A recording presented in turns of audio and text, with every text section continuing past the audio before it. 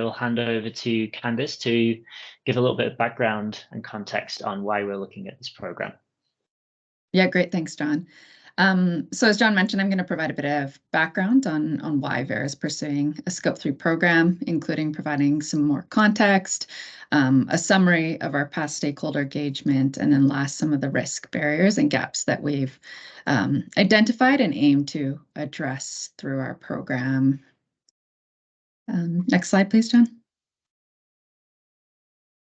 So yeah, starting with some background, the reasons VERA is pursuing a Scope 3 program are first aligns with our vision and mission, which are essentially to accelerate climate action and more broadly sustainable development action. Also, as Toby mentioned at the beginning, it aligns with the mitigation hierarchy, which prioritizes within value chain emission reductions before and then alongside carbon credit purchases. And then last, we wanted to unlock greater corporate supply chain climate action so that more companies can achieve their science-based targets. We're very supportive of that initiative and want to enable progress towards those targets. Next slide, John. Okay, and as many of you know already, because you participated in it, VERA previously ran what we called the Scope 3 initiative. The objectives of this initiative were to better understand how companies are implementing accounting and reporting Scope 3 abatement activities, to identify key barriers and gaps to companies reducing and reporting their Scope 3 emissions, and then last, identify if/how we could address the barriers and gaps through a new VERA Scope 3 program. We ran that initiative over a year, primarily in 2022. And we had different groups involved in it. So first of all, we had 7 pilot projects from a range of sectors, geographies, and intervention activities. If you want to find out more about who participated, there's a link provided in the slide that you can have a look at. But essentially, we were trying to get a better sense from these pilot projects of how they were already using some of our programs and methodologies to implement interventions in their supply chains, because we were aware that that was happening, but wanted to better understand it. And then we also had a working group with 22 additional projects represented. It was a very knowledgeable group, and many of the ideas that will actually be presented today regarding our current thoughts on the design of the Scope 3 program came from the working group members in those past conversations. So we discussed a wide variety of topics, including things like traceability and chain of custody, GHG accounting, market mechanisms, assurance, and permanence. And then much like we're doing this time around, we also had a broader consultative group with over 50 members that were provided periodic updates via email, and they could submit comments in writing. We also had a number of one-on-one calls with this group of individuals to also hear their thoughts on what were the key features of our Scope 3 program. Next slide, please, John. And through the Scope 3 initiative, we did learn that there was substantial investment in corporate supply chain climate action being withheld due to a whole variety of different risks. At a high level, they can be grouped into sort of 4 bundles: accounting risks, free rider risk, double counting, and lack of assurance. And under accounting risks, companies are facing a few barriers. First, developing company-specific emission factors is complex and expensive, making it impractical for most companies to develop their own emission factors for all their emission sources in their inventories, and that leaves most companies dependent on third-party emission factors. But the challenge with these factors is they usually don't capture the impact of interventions or changes a company makes to reduce its emissions, and they are difficult to sort of parse out and manually adjust. And then last, although it seems this might be changing, the Greenhouse Gas Protocol and therefore SBTI currently only allow companies to claim the impacts of interventions that they have full supply chain traceability for, which is not possible, we heard, in many sectors due to lack of supply chain traceability. Then in terms of free rider risks, we broke it into what we classified as 2 broad categories: temporal and locational free rider risks. Temporal free rider risks exist in situations where the supply chain changes over time. So, for example, if a company invests in, let's say, energy efficiency improvements in a factory that it sources textiles from, and then it changes its supplier, it would lose the ability to claim the emission reduction it financed, assuming that direct traceability rule is still in place. And it wouldn't be able to claim the impacts of the intervention. So the new person sourcing then could claim it, and that's a free rider risk. Then there's also locational free rider risks, which exist in situations where supply chains overlap. For example, you could have a situation where one company in an ag supply chain is investing in and causing a change, but others in the same supply chain free ride and report the impact of the intervention as well without contributing to its implementation. And then under double counting, we identified 3 types of double counting risk. There's double counting in scope 3 inventories by 2 companies at the same level of the supply chain reporting the same emission reduction. You could also have indirect double counting where one company reports the full benefits of an emission reduction activity they caused, and then others maybe even unintentionally sort of report the same emission reduction by using a third-party emission factor that happened to capture the impact of that first company's intervention. And then last, there is, of course, also a risk of emission reductions and removals that are sold as carbon credits being claimed in company inventories just due to a lack of transparency and people not being aware that those environmental benefits were already sold as a carbon credit.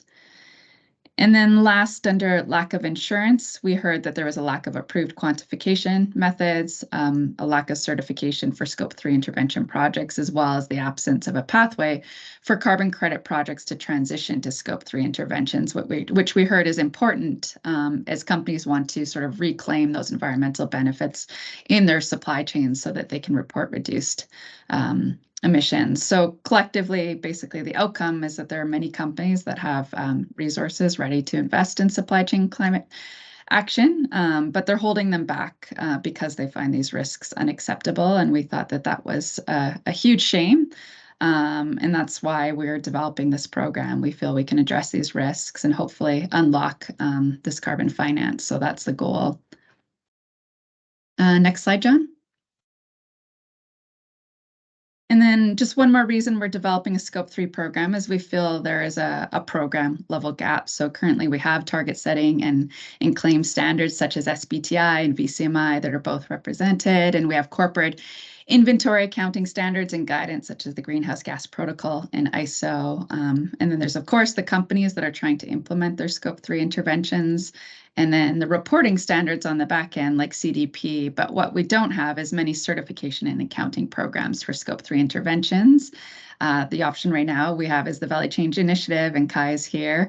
And through our program, we hope to fill this gap and address some of the risks previously mentioned through the use of project-based accounting, as well as enabling claims with limited supply chain traceability. So we plan to introduce assurance for interventions to give greater confidence in the emission reductions, improve transparency, and the tracking of claims, and then create a pathway for leading companies to potentially generate a return on their investments in supply chain climate action. Okay, so moving into, I guess the meat of this kickoff call is we wanted to give you a sense of our vision and our kind of proposed Scope 3 program concept, just to give you an idea of where we're at and what we're thinking about. But obviously, all of this is a proposal and subject to feedback from this group and others on our proposal. So, with that caveat, so the vision and objectives for the Scope 3 program, the vision is to unlock immediate and large-scale investment in supply chain climate action. The key words there are immediate and large-scale, of course. So that's the vision for the Scope 3 program. And the objectives, as Candice hinted at, are to de-risk investments for Scope 3 interventions and to create a practical and robust certification pathway for Scope 3 interventions. More on this later, but it's important to note that the program won't certify inventories, corporate inventories themselves or claims, but we hope to obviously facilitate the development of those corporate inventories and possibly the certification of those inventories and claims through the program. Our anticipated outcomes for the program, or expected outcomes, are increased credibility of Scope 3 claims through third-party assurance, de-risk investments in Scope 3 interventions, and to maximize corporate climate action. So into the proposed conceptual design. Obviously, this is a really complex space, and it's difficult to talk about one thing in isolation. So we've tried to kind of split the program design into these 7 different buckets. Obviously, there is a lot of overlap between lots of these buckets, but this is kind of just one way of organizing it. And so in terms of these 7 kind of buckets that make up our kind of proposed conceptual design, first of all, starting with project-based accounting. So we want to use or adapt VCS methodologies and project-based accounting methodologies for the purpose of the Scope 3 program. We want to use these methodologies to define that a change has occurred relative to a no intervention scenario. And yeah, this verified emissions and data should enable, if we can design these methodologies appropriately, we should be able to use the data from them to do either substitution or subtraction accounting. There's a lot more on each of these. I should say a lot more on each of these. We go into some more detail on each of these buckets, but this is just to give you a kind of a summary of each one. The next bucket is unitization and issuance. So we want to certify intervention units, which will represent 1 ton of CO2e reduced or removed per unit of impacted product. We'll separate those units for reductions and removals to help with the accounting on the corporate inventory side. Those units will be managed by an intervention proponent, and the units will be tracked on Scope 3 registry. The third bucket is right to report, which you may have heard of in other discussions. It's getting a little bit of traction, it seems like. So in terms of right to report in this program, we think that all supply chain companies should be able to gain a right to report the emission reductions from an intervention in their supply chain. And we want to design that this piece in the program. We want to establish the supply chain connection using the intervention proponent, approval by the intervention proponent. So this is this entity that manages the project, and we could use that. We could also use external certification, supply chain certifications, and also we've been coming up with this concept of equivalence to demonstrate that supply chain connection is a real connection between the company and the intervention. And then we would issue Scope 3 intervention units to companies that have been approved with this right to report, and the amount of those units would be limited by the amount of product that's affected, the amount of product that the company is purchasing, and the allocation metrics or methods used within that supply chain. An assurance framework. So the assurance would be built from the VCS validation verification process to provide assurance of the intervention itself, and then also add on assurance of this right to report piece as well. We'd be building out a Scope 3 registry, which would be GIS enabled to track intervention projects, the units, and the right to report those units. And that registry would be linked to the VCS registry. And then these 2 final buckets are outside the scope of the program itself, but are obviously integral to the usefulness or the value of the program. So first one is that we developed some guidance on the use of the program for substitution and subtraction accounting. Again, more on that in the next few slides. And we're also proposing a reporting structure for transparent reporting of inventory impacts, net emissions, and beyond value chain mitigation. So that's me trying to give the overall program conceptual design as in 7 buckets, but we get into some more details. So this is trying to organize those 7 buckets into more of a kind of program structure here. So the scope, as I said, the scope of the proposed Scope 3 program would be certification of intervention units and this right to report Scope 3 intervention units. These two big buckets here. Certification of intervention units would involve establishment of this intervention proponent entity, the quantification of the emissions information using a Scope 3 methodology, and attribution of that emissions information to impacted products. Obviously, we define rules about what those impacted products are, develop that typology for that impacted product, and how to attribute the emissions information to that impacted product. And at the output of all this would be intervention units representing, as I said, 1 ton CO2e reduced or removed per unit of impacted product. This would all be validated and verified, and then the units would be tracked in the Scope 3 registry. So that's kind of the certification of the interventions and the units that come out of those interventions themselves. The next side is the second side is the right to report those Scope 3 intervention units. So that involves the establishment of a supply chain connection. As I said, the administrator, or sorry, that should say proponent, that's a typo, intervention proponent would approve a company's application for the right to report and assign them a supply chain layer. And then there would be this establishment of whether this supply chain connection is feasible by the program itself. So we could use existing supply chain certification schemes there, or we could use an equivalence assessment to establish that there's a feasible supply chain connection.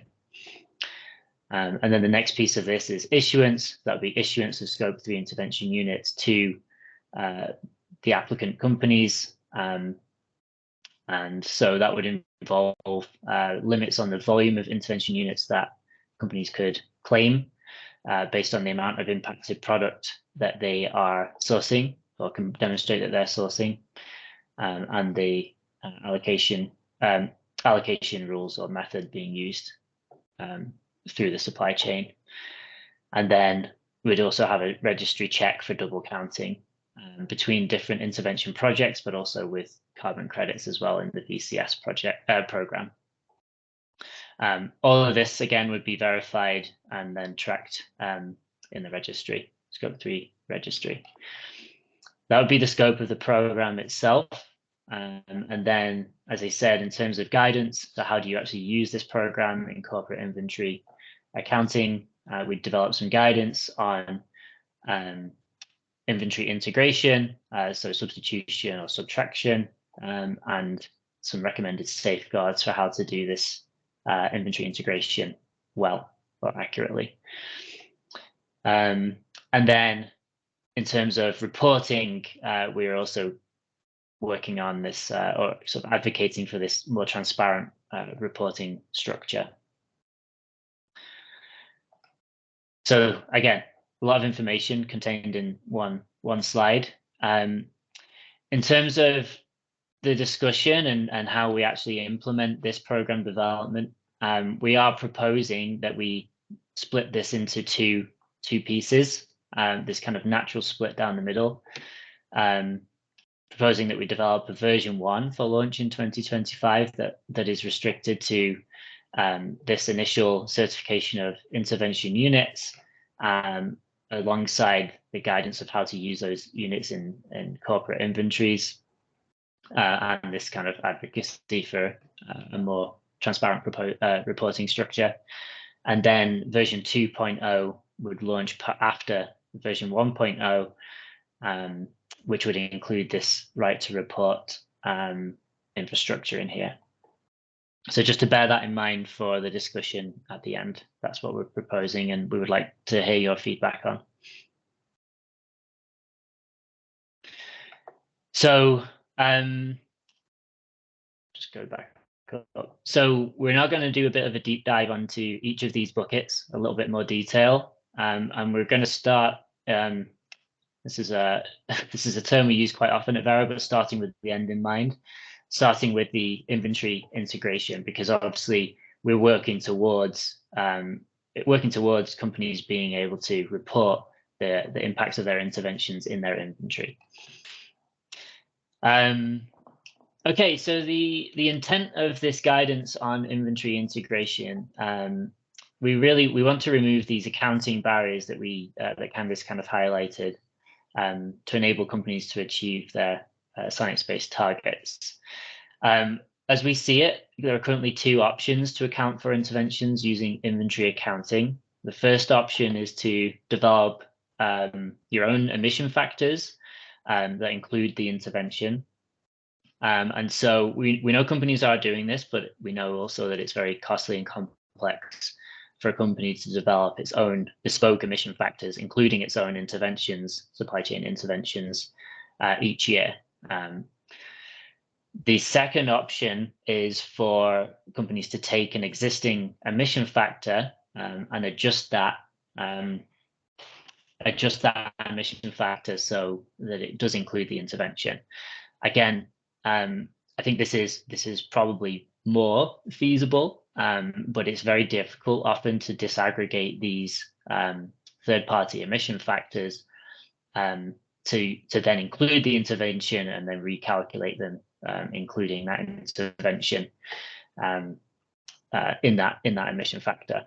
The reason being that the data underlying those third-party emission factors are often aggregated, averaged, and historical, and it's difficult to work out exactly, what's included in those emission factors or not. So, in this guidance for inventory integration, we're going to propose basically that the program can be used in two different ways, based on adapted project-based methods that capture both the emissions and the emissions impacts from the relevant sources, sinks, and reservoirs of an intervention. So what I'm showing here is this is what an adapted project-based accounting method would be the no intervention baseline emission factor and the with intervention emission factor, and also we'd be able to quantify the impact or impact factor, the difference between these two scenarios. So as I described in the previous slide, we think we can use the with intervention emission factor in this substitution accounting, where you take a third-party emission factor, disaggregate it, and then rebuild it using the new with intervention emission factor, so that you can develop a new emission factor, including the intervention impacts. The second option, or way that we think we'd be able to design the program for use for integration into corporate inventories, is to take this impact and use this impact to subtract it from this third-party emission factor, which does not include the intervention, to again obtain a new emission factor for this product A. I suspect a lot of you are frowning or thinking, yeah, we've tried this, but it doesn't work. And I think, yeah, there are, in a perfect world, obviously, if everything was perfect, these two methods would end up at the same number. But we know this isn't a perfect world, and there's a lot of variation and complexity, differences in methods and data, and all sorts going on between these two kind of methods. And so that is the basis for how we adapt our project-based accounting methods for this subtraction accounting. So what we're trying to do here is recognize that there is a lot of variation between these methods of accounting, inventory accounting and project-based accounting, and there is a risk, because of that variation in methods, there is a risk of overclaiming the impact or overestimating that blue bar, that impact bar. And so what we want to do through this Scope 3 program development is adapt our methods to address that risk as far as we possibly can, anyway. So some ways that we think we can do that is by ensuring conservativeness in the quantification of the impacts in our methods,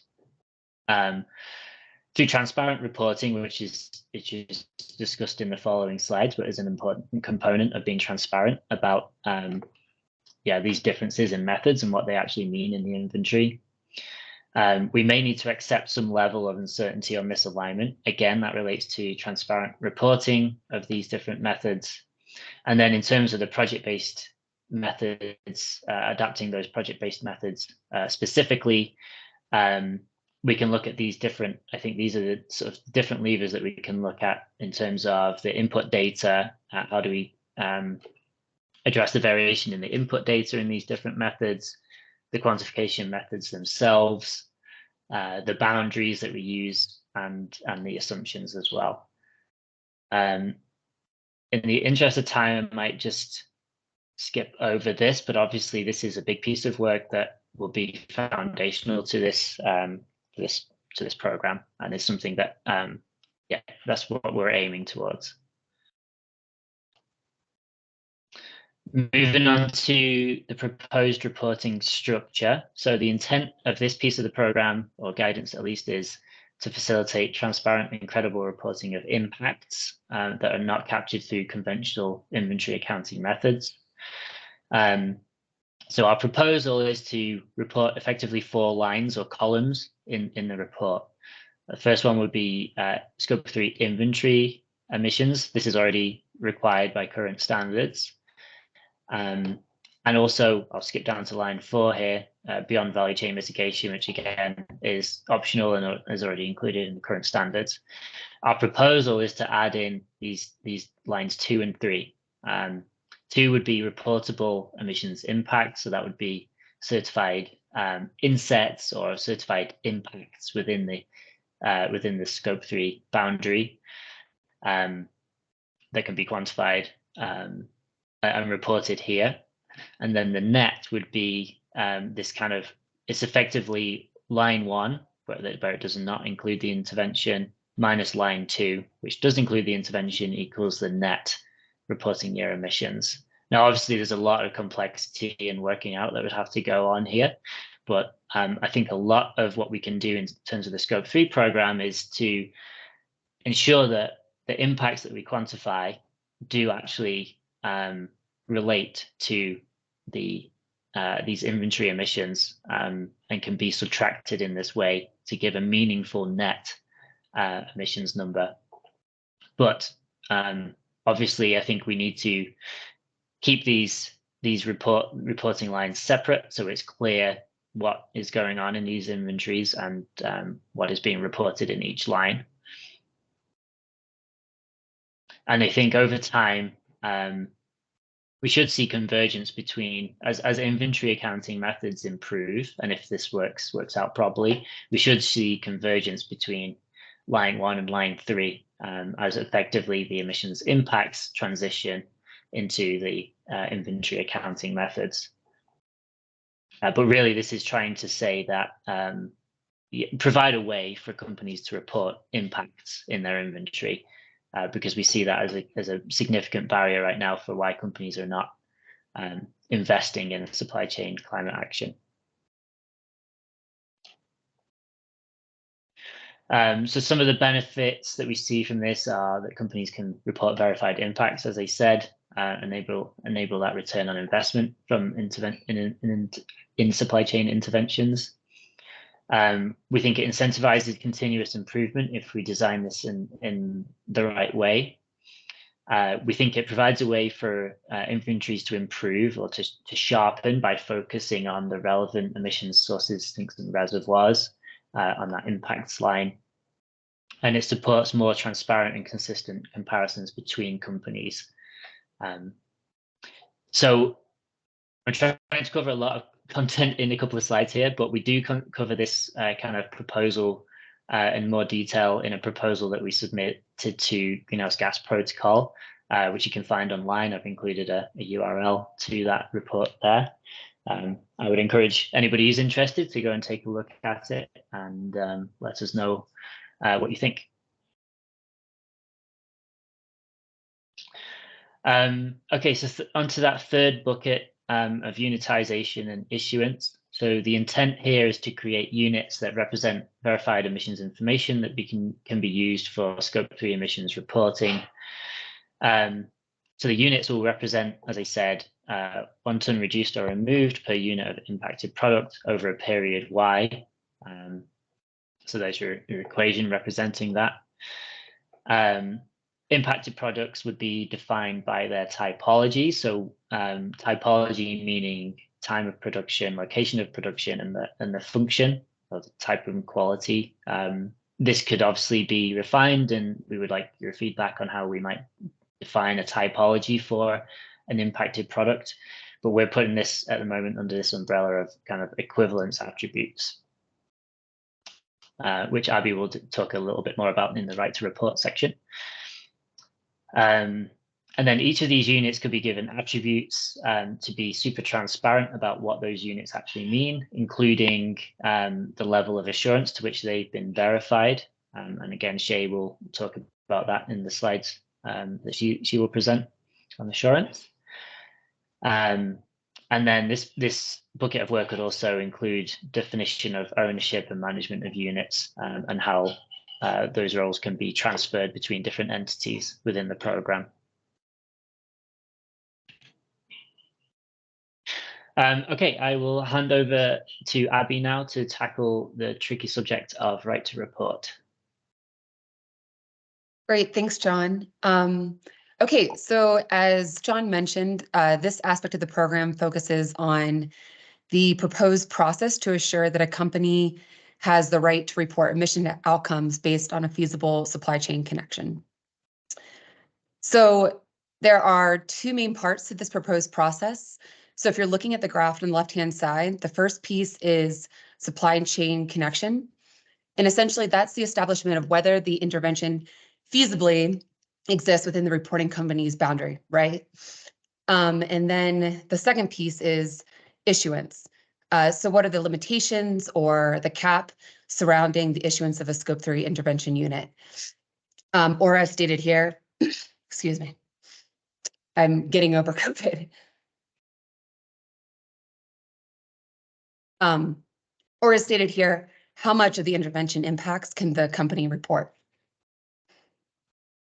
Okay, so on the next slide, we'll look at the supply chain connection in more detail. Great.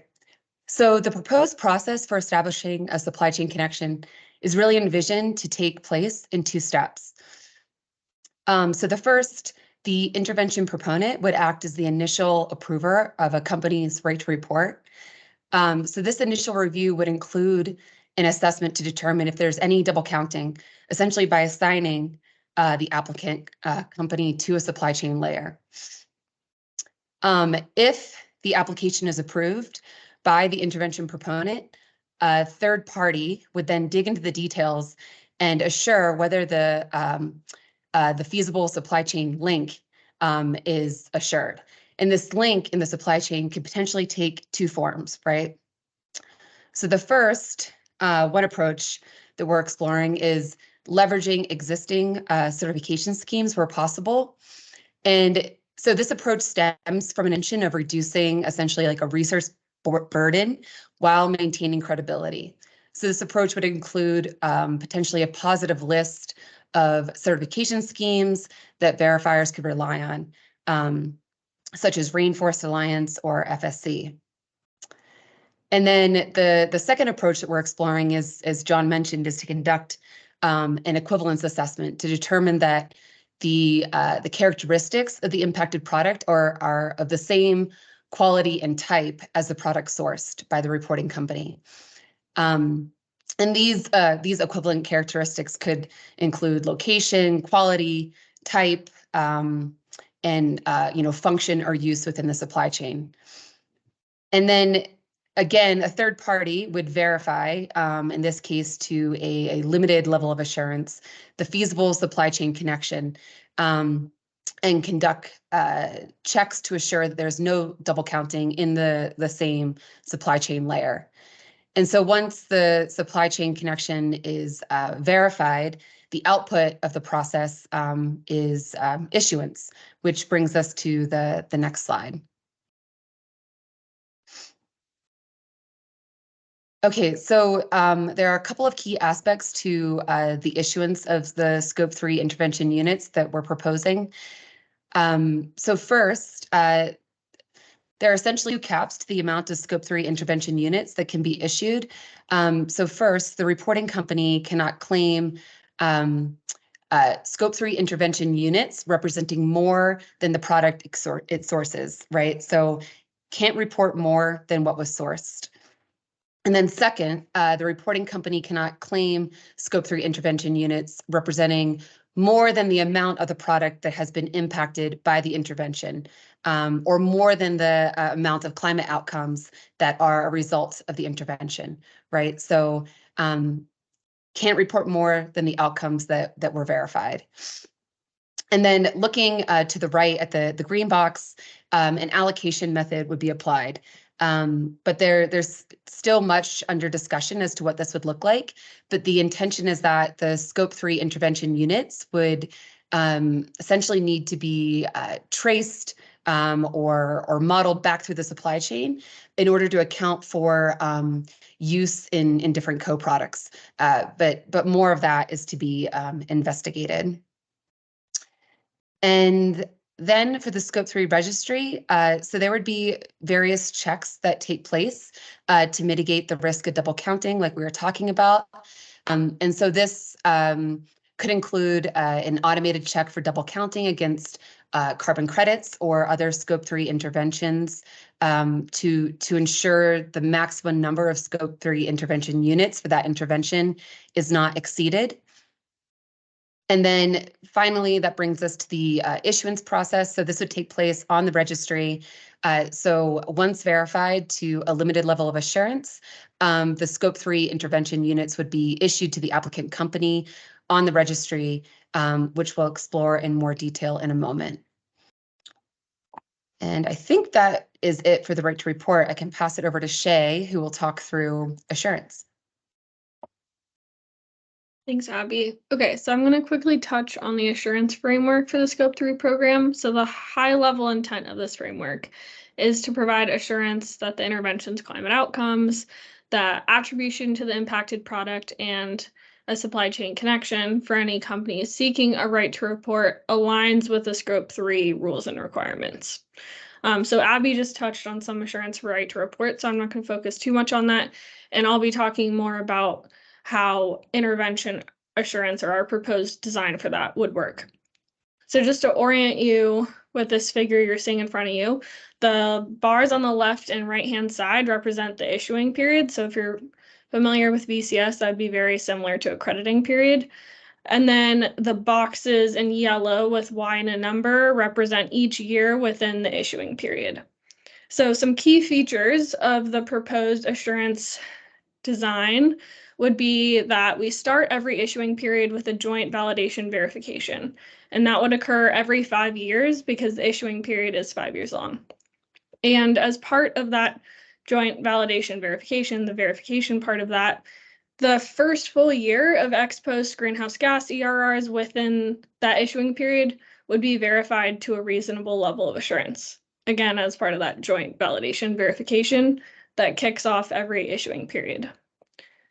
And then to address the logistic and time constraints associated with annual reporting, the interim years, so that's year 2, 3, 4, and 5 of the issuing period, are sort of a choose your own adventure. So in these years, interventions may choose to verify the outcomes either to a reasonable level of assurance, to a limited level of assurance, or they may choose to submit a self-attestation. And I think next slide. All right, and so as far as proposed mitigation measures that we have discussed implementing, we have a bunch, but this slide kind of covers some of the high level ones we wanted to outline here. So to start, we've discussed an overissuance buffer. And so this would apply to interventions that have units approved either via a self-attestation or a limited level assurance. And that would require that a percentage of the units be withheld and deposited into an intervention-specific overissuance buffer. So this wouldn't be relevant if a monitoring period was verified to a reasonable level of assurance, but this buffer would kind of be triggered if it was limited level or self-attestation. And then we also have what we're calling the random year verification. And so this is for those interim years. So Vera would basically randomly select 1 year from years 2 through 5 in the issuing period to be verified to a reasonable level of assurance. And the idea being, if year 4 was selected and it was already verified to a reasonable level of assurance, this kind of check wouldn't apply. But if it was one of those less robust assurance levels, like a self-attestation or a limited level of assurance, we would have another check and a deep dive into that data to make sure everything was accurate. And then just to kind of drive home the point we've brought up a couple times already, the registry is going to hold a bunch of different attribute data. And one of those data points will be this assurance level attribute. So it'll be really clear when you're looking at the units, what level of assurance they kind of received as they were created and passed through our whole system. So you'll know very clearly if it was reasonable level of assurance, limited level, or self-attestation that got those units into the registry as approved. And then lastly, we'll have a requirement to report overissuance in the next corporate inventory report. So if there is an overissuance, we'll have a bunch of rules around that, but we're considering a requirement where that corporate will have to very clearly indicate that an overissuance occurred. And I think I'll pass it over to John to speak more about the registry now. Great, thanks, Shay. So final slide on kind of the final bucket here was the Scope 3 registry. So there's kind of the Scope 3 registry is pretty cross-cutting across the whole program, of course, but the two main intents of the registry are, one, to track and record certified emission reductions and removals from interventions and the entities that have the right to report those intervention units. And the second intent is to alleviate double counting and free rider risks by enabling external entities to do their due diligence and to provide and by providing clear ownership of those intervention claims through the Scope 3 intervention units. So I think, Emma, that intent too is really getting at the question that you asked at the beginning of the presentation. And this is the sort of graphic for trying to demonstrate that we are envisioning different layers of transparency within the registry. So we could have a public layer of transparency where you have basic information about the intervention that would be visible to everybody to help companies and emission factor developers to do their due diligence. We'd have supply chain companies having visibility into the units that they are able to report, that they have the right to report. And then obviously the intervention proponent would have access to all the information about the intervention within the Scope 3 program.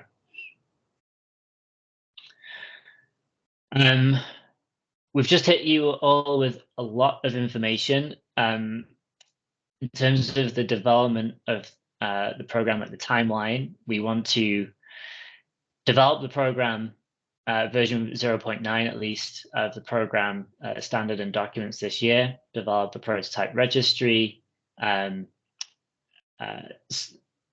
release an RFP and select pilots, and then begin piloting version 0.9 of the program this year, alongside adapting some of the VCS methodologies for piloting. We want to be able to get to public consultation by the end of this year, and then work on some revision and iteration of the program.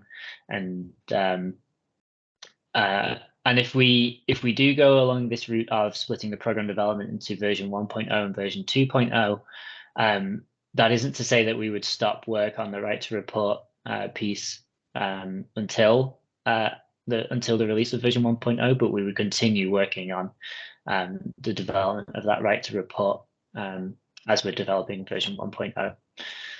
And then in 2025, we obviously finalize all the documents, processes, and guidance, develop some training materials for Vera staff and VVBs and other stakeholders most likely, and then launch the program and shift our focus to version 2.0.